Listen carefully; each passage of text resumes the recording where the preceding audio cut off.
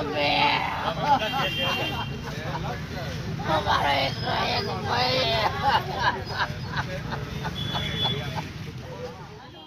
પાંચ જણ જો 2-3 મહિનામાં મરી જાય તો આ બેઠેલું તંત્ર શું કરે છે? બીજી વાત, ત્યાં સિક્યુરિટી ગાર્ડ મૂકેલા છે, એ સિક્યુરિટી ગાર્ડ શું જુએ છે ત્યાં? 2 વાત. ત્રીજી વાત એવી છે, 2-4 મહિના કે 2 મહિનામાં જો 5 લોકો મૃત્યુ પામ્યો તો એ તો બચારા કોઈ પણ માણસને ટેન્શન હોય તો હવે લોકો મરવાની રાહ જોતા હોય છે. પણ સવાલ એ છે કે 5 જો માણસ મરી ગયા હોય તો આ તંત્રે ત્યાં જાળીવાળી લગાવવી જોઈએ કે નહીં?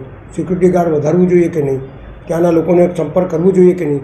બીજું, ગટરનું પાણી ત્યાં જોડી દીધું છે એટલે કાયમ દુર્ગંધ મારે છે, માછલીઓ મરી જાય છે.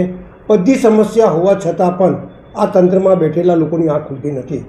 ખરેખર હવે હું એવું માનું છું કે આ લોકો ઉપર કેસ કરવો જોઈએ અને હું કરીશ. કારણ કે જેના ઘરમાંથી પરિવારમાંથી એક સદસ્ય જાય એ પરિવાર પર શું વીતતી હશે એ એમને ખબર પડતી નથી. સિક્યુરિટી ગાર્ડની અંદર મોટા મોટા ગફલા છે.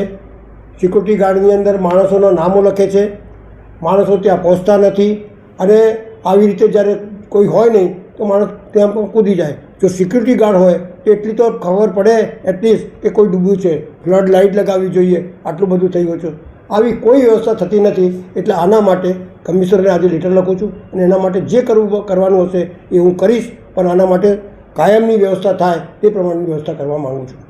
તો ONGC વાળાએ જે કમ્પાઉન્ડ વોલ કરી છે ને એ કમ્પાઉન્ડ વોલમાંથી રસ્તો કાઢવો પડે.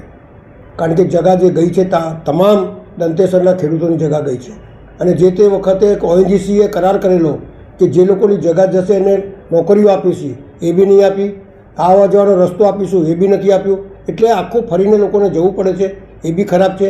એટલે ONGC વાળા જો ના માને તો સરકારમાંથી મંજૂરી લઈ અને ત્યાંથી રસ્તો બી કાઢવો જોઈએ અને આ તળાવની એવી વ્યવસ્થા કરવી જોઈએ કે કોઈ બી માણસ જો તળાવ પાસે જાય રાત્રે 2 વાગે બી તો સિક્યુરિટી ગાર્ડને ખબર પડવી જોઈએ કે માણસ ત્યાં જઈ રહ્યો છે. ડૂબે તો તાત્કાલિક એનો નિકાલ કરવો જોઈએ. સેફ ગાર્ડ રાખવું જોઈએ, પેલા સેફ્ટીના સાધનો રાખવા જોઈએ. એવું કશું રાખ્યું નથી. એટલે મારે હવે આની પાછળ પડી કમિશનરને આજે લેટર લખું છું, સભામાં બોલીશ અને આપણા ઉપર કેસ બી કરી જો હવે કંઈ થયું તો.